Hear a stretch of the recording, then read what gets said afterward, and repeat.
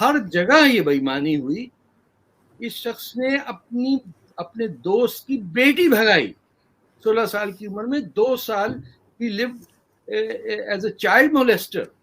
किसी भी, और इस तालिबान वाले लास्ट 6 महीने के केस में पाकिस्तान ने अपने आप को इंटरनेशनली इतना आइसोलेट कर लिया है, जो मतलब अमेरिका में, यूरोप में जो आम आदमी, अक्सर आप जब भी ट्रैवल करते होंगे, आप भी गए होंगे, अक्सर लोग इंडियन पाकिस्तानी इसको कंफ्यूज कर लेते हैं कि आप पूछते आप कहाँ से हो, वो इंडिया से हो, I thought you are Pakistani, I thought you are Indian, ये चलता रहता है। लेकिन जब अब सबको पता है पाकिस्तान कौन है, आप डिप्लोमेटिकली कट ऑफ हो चुके हैं, फाइनेंशियली तो मैं ना ही बोलूं तो ठीक है, राइट। आपका उधार इतना है कि आप अपनी स्टॉक मार्केट सारे एसेट्स बेच दे तो नहीं उधार चुका सकते।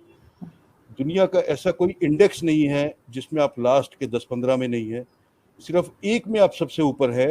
It is called global fragile government index. उसमें आप नंबर 14 पर है कि कितनी जल्दी ये देश गिर सकता है। अगर हम, India is just watching, wait and watch चल रहा है। आप खुद ही इतने गलत डिसीजन लिए जा रहे हैं कि पाकिस्तान अपने आप ही इम्प्लोड हो जाएगा। जिसको मतलब अब फर्स्ट सबसे पहले टीटीपी उठेगा, आपके नॉर्थ जाएगा, सिंध होगा, बलूच होगा, you will break down into a small Punjab state. बिल्कुल, ये आप ठीक कह रहे हैं, क्योंकि ये तो बहुत कहा जा रहा है कि जो इमरान खान की गवर्नमेंट आई है उसने और ज्यादा मुल्क का कबाड़ाई किया और बेहतर कुछ नहीं हुआ। लेकिन खतने के बाद बाल कटते हैं और उसके बाद अल्लाह अकबर की अजान दी जाती है और उसके बाद शुरू हो जाता है कि हनूद और यहूद जो हैं वो काफिर हैं, उनको मारना। भी पढ़ना लिखना नहीं आता है, उससे पहले हमको हमारे दुश्मन बता दिए जाते हैं और फिर हम अरबी में पढ़ते हैं कुरान जो गलत ऑर्डर में कंपाइल हुआ। गधा गाड़ी से आगे नहीं बढ़ सके हम, बल्कि अब मैंने देखा स्कूटर भी गधे के साथ बंधा हुआ था। कल वीडियो देखा पाकिस्तान में, गधे की पूंछ लेके बंदा पीछे मोटरसाइकिल पे जा रहा है। अब वो बैठ ही जाता गधे के ऊपर। There is nothing being done. Jai Hind दोस्तों, भारत स्पेशल में आपका स्वागत है। इस वीडियो में पाकिस्तानी एनालिटिक्स एक्सपर्ट तारिक फतेह ने बताया कि जिन्ना एक बहुत ही अश्लील व्यक्ति था जो कि अपने दोस्त की बेटी को भगा के ले गया था, और ऐसे व्यक्ति को पाकिस्तान ने कायदे आज़म का ओहदा दिया। तो ऐसे प्रकार के व्यक्ति को पाकिस्तान अगर सिर पे बैठाएगा तो कैसे पाकिस्तान तरक्की कर सकता है। तो इसको लेके तारिक फतेह ने पाकिस्तान को खूब खरी खोटी सुनाई है। तो ये आप इस वीडियो में देखेंगे। तो चलिए शुरू करते हैं वीडियो को। इंग्लिश मीडियम थे ना ये लोग, तो इनके पैसे छूटने के बाद ही अटैक हुआ, with in I think a week, because navy. मैं एक इंटरनल बात बताऊं, my grandfather was in the French army in the first world war. तो जो सेकेंड वर्ल्ड वॉर की आर्मामेंट्स थी, विची गवर्नमेंट जो हिटलर के साथ थी, विची बेस्ड जो थी, उनकी अबैंडन्ड राइफल्स खरीदी गई थी। एंड वो पाकिस्तान के पहले मार्च पास्ट के अंदर they didn't have guns. These guns were bought from the French and supplied to the Pakistan fledgling army.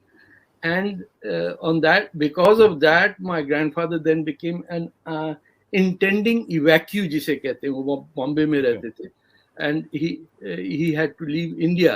वो अपनी डिप्लोमेसी वहां से चला रहे थे। तो इन्होंने ये गन्स जो हैं लेने पे रिश्वत ली थी।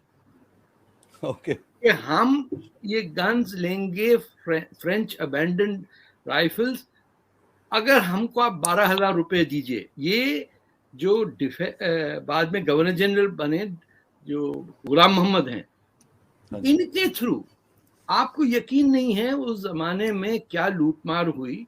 हमारे कराची के बीच में फ्रंट है, it's one of the most beautiful sea shores anywhere that I have been, और उसमें कई हजार गोरों के बनाए हुए हट्स थे। इन्होंने वो हट्स को कन्फिस्केट किया अपने नाम, ये कह के कि बंबई में छोड़ आए हूं मैं घर। Everywhere they accumulated wealth by saying कि मेरे बम्बई की प्रॉपर्टी इसकी अवेज, दिल्ली में प्रॉपर्टी का ये है तो मोटाला पैलेस मुझे दे दो। हर जगह ये बेईमानी हुई। इस शख्स ने अपने दोस्त की बेटी भगाई 16 साल की उम्र में 2 साल ही live as a child molester. ये भी नहीं है।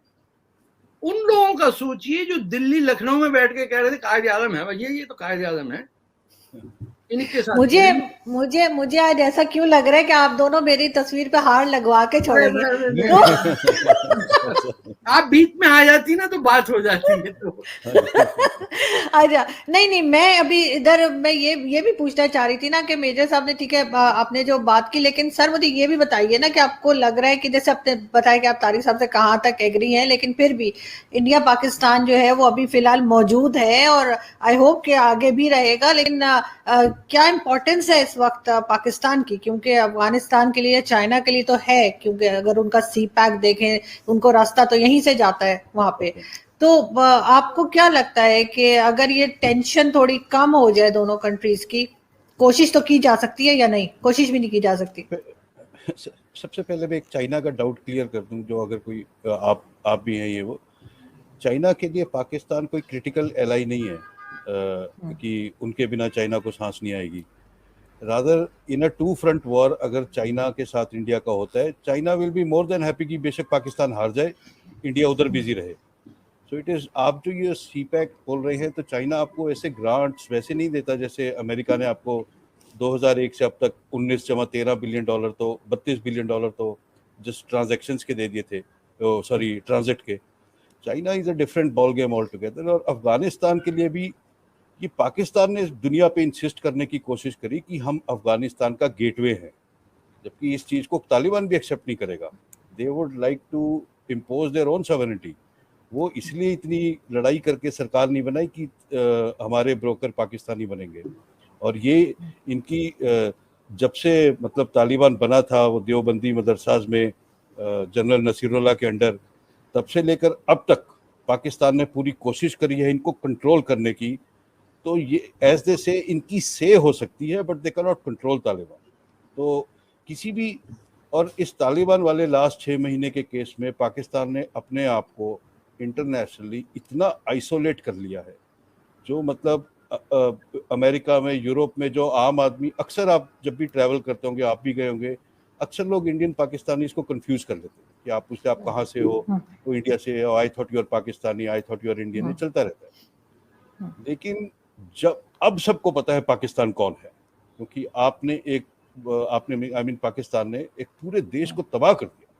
और इस कारण अब उसका रिप्रिकॉशन ये हुआ कि अमेरिका को अपनी हार और अपनी शर्म की वजह से जब अपनी कांग्रेस कमेटीज में, यूएस सेनेट्स में जवाब देने पड़े, तो उसमें जब पाकिस्तान खुल के बाहर आया कि ये लोग 20 साल से, 30 साल से, 40 साल से क्या कर रहे हैं, तो अब सबको पता है कि पाकिस्तान क्या है। तो आप डिप्लोमेटिकली कट ऑफ हो चुके हैं, फाइनेंशियली तो मैं ना ही बोलूँ तो ठीक है, राइट। आपका उधार इतना है कि आप अपनी स्टॉक मार्केट सारे एसेट्स बेच दे तो नहीं उधार चुका सकते। दुनिया का ऐसा कोई इंडेक्स नहीं है जिसमें आप लास्ट के 10-15 में नहीं है, सिर्फ एक में आप सबसे ऊपर है। It is called global fragile government index. उसमें आप नंबर 14 पर है कि कितनी जल्दी ये देश गिर सकता है। तो कुछ अफ्रीकन, इराक, लीबिया, यमन के पीछे ही हैं आप। तो कहने का मतलब ये है कि इंडिया को एक्चुअली कुछ करे बिना भी अगर हम बैठे रहे, as they say, you don't need to disturb your enemy when he is making mistake. अगर हम, India is just watching, wait and watch चल रहा है। आप खुद ही इतने गलत डिसीजन लिए जा रहे हैं कि पाकिस्तान अपने आप ही इम्प्लोड हो जाएगा। इसको मतलब अब फर्स्ट सबसे पहले टीटीपी उठेगा, आपके नॉर्थ जाएगा, सिंध होगा, बलूच होगा, you will break down into a small Punjab state. और इसको कोई, it's very impossible to stop it now. और स्पेशली ये जो प्रेजेंट गवर्नमेंट है, इन्होंने बस वो आग में घी ही डाला है। जो प्रोसेस स्लो हो सकता था, इन्होंने उसको पुश ही दिया है। इट इज नॉट दैट इन्होंने हेल्प किया है कुछ। हाँ जी, नहीं बिल्कुल, ये आप ठीक कह रहे हैं, क्योंकि ये तो बहुत कहा जा रहा है कि जो इमरान खान की गवर्नमेंट आई है उसने और ज्यादा मुल्क का कबाड़ाई किया और बेहतर कुछ नहीं हुआ। लेकिन तारिक साहब, अब IMF ने भी इनको मना कर दिया, जो इनकी लोन लेने ये गए थे, वो उन्होंने कह दिया कि डू मोर और बाहर निकाल दिया इनको। तो अब ये करेंगे क्या? क्योंकि तारिक सर, इससे पहले आप जवाब दे, मैं एक छोटी सी बात, बीच में आपने खान अब्दुल गफ्फार खान का नाम लिया था, मैं भूल जाऊंगा, इसलिए मैंने आपकी एक इंटरव्यू में सुना था दैट यू मेट हिम। तो आज सेशन के दौरान कभी भी please do tell about that. He is a very, I would love to hear about that. हाँ जी मैम प्लीज, मैं फिर मैं बात करते हैं उस पे। मैं जरा मेरी सोच अलग है इस मामले में, क्योंकि जो कन्वेंशनल विजडम है उसमें पाकिस्तान को as an entity, as a state के हिसाब से case way you cultivate terrorism, ये सब इल्जाम भी लगा दें, तब भी मैं आपको ये बताऊं कि that is not the real problem. जो असल प्रॉब्लम है वो है उस सोच का कि रोज़े क़यामत आनी है और जितनी जल्द आए उतना बेहतर है, क्योंकि यहाँ तो हमें कोई गर्लफ्रेंड मिलने वाली नहीं, शक्लें हमारी ऐसी बेगैरतों वाली, वो जाली वाली टोपी और पता नहीं क्या क्या पहन के आते हैं, तो हमें कोई डेट वेट। आज बल्कि कनाडा में एक आर्टिकल छपा हुआ है एक बांग्लादेशी बच्ची का कि देसी लड़कियों को कब इजाजत मिलेगी डेट करने की। अब तक यहाँ पे भी नहीं, थर्ड जनरेशन को नहीं, उस बात को छोड़िए। असल थ्रेट है उस सोच का जिसके तहत लाइफ बिगिंस आफ्टर डेथ, जिसको आप काउंटर नहीं कर पाए आज तक। ना सीरियसली लेते हैं आप, और ना यकीन है आपको कि गज़वा हिंद कोई फिलॉसफी है। इसीलिए अमेरिका में देखिए 9/11 की 20th एनिवर्सरी पे लोगों को ये नहीं पता 9/11 को हुआ क्या। उनको वो Japanese attack on Pearl Harbor याद है, क्योंकि उसमें फिल्में ज्यादा बनी हैं। सो जब दुनिया की मिडिल क्लास पढ़ने वाले लोग इसमें हों कि गूगल में जॉब कौन सी मिल रही है, CEO कहाँ से बनना है, फेयर एंड लवली क्रीम वाली लड़की कैसे मिलेगी दुल्हन में, जब इस चक्कर में पड़े हुए हैं आपको क्या पता कि दुनिया भर का मुसलमान जो सियासी मुसलमान है वो कहता है मौत कब आएगी मुझे, और मौत उस वक्त तक नहीं आएगी जब तक हिंदुस्तान का हर हिंदू मुसलमान होगा और हर हिंदू टेम्पल डिस्ट्रॉय होगा। ये नॉन सीरियसली ले लेते हैं आप लोग इंडिया के अंदर, ये हर मुसलमान के जहन में है, चाहे वो जितना भी प्रोग्रेसिव हो जाए, लिबरल हो जाए, कुछ भी हो जाए, क्योंकि हमारा तो पैदा होते ही खतने के बाद बाल कटते हैं और उसके बाद अल्लाह अकबर की अजान दी जाती है और उसके बाद शुरू हो जाता है कि हनूद और यहूद जो हैं वो काफिर हैं, उनको मारना। अभी पढ़ना लिखना नहीं आता है, उससे पहले हमको हमारे दुश्मन बता दिए जाते हैं, और फिर हम अरबी में पढ़ते हैं कुरान जो गलत ऑर्डर में कंपाइल हुआ है। आपको किसी कुरान में पहला वर्ड इकरा नहीं मिलेगा, और इतनी हिम्मत वाला कोई नहीं मिलेगा जो कहे कि कहां चला गया पहला वर्ड कुरान का। So when we are dominated by ideology that is suicidal. आपको जिम जोन्स का पता होगा, वो जो साउथ अमेरिका में गयाना में जाके 400 आदमी डूब के मर, वो पी के मर गए। उनका क्रिश्चियन मुल्ला ने कहा कि तू मर जाएगा, मजे ही मजे, मर गए 400। ये सुसाइडल जो हमारी वो है ट्रेंड, इसमें इसीलिए 500 साल से कुछ नहीं बना। गधा गाड़ी से आगे नहीं बढ़ सके हम, बल्कि अब मैंने देखा स्कूटर भी गधे के साथ बंधा हुआ था। कल वीडियो देखा पाकिस्तान में, गधे की पूंछ लेके बंदा पीछे मोटरसाइकिल पे जा रहा है, अब वो बैठ ही जाता गधे के ऊपर। There is nothing being done. आप मुझे बताइए कोई चीज किसी ने इन्वेंट की हो।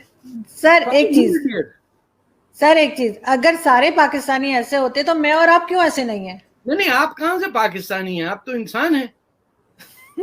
देखिए मेरी एक सीधी बात सुनिए, all of us are children of Hindustan. बच्चियां वैसी समझदार निकलती हैं क्योंकि उनके कांधे पे पिस्तौल रख के नहीं चलाई जाती है। हमारा काम होता है बीवियों को और बेटियों को संभाल कर रखो कुफर से। इसीलिए जो लड़की किसी से प्यार करती उससे शादी नहीं कर सकती इस मुसलमान मुल्कों में, आवारा गिनी जाती है। वो डेट पे नहीं जा सकती, वो आईसिस कैंप में जाके 6 खसन कर सकती है, लेकिन डेट पे नहीं जा सकती अपने स्कूल में। अपना जो है इतनी पिटाई करता है छोटा भाई, और बाप जो है यूं बैठ के देखता है, सिगरेट हुक्का पी के कहता है जवान का बच्चा देखो बहन को पीट डाला। लड़के के साथ गई थी। अबे लड़के के साथ गई थी, शुक्र कर, लड़की के साथ जाता तो क्या कर लेता।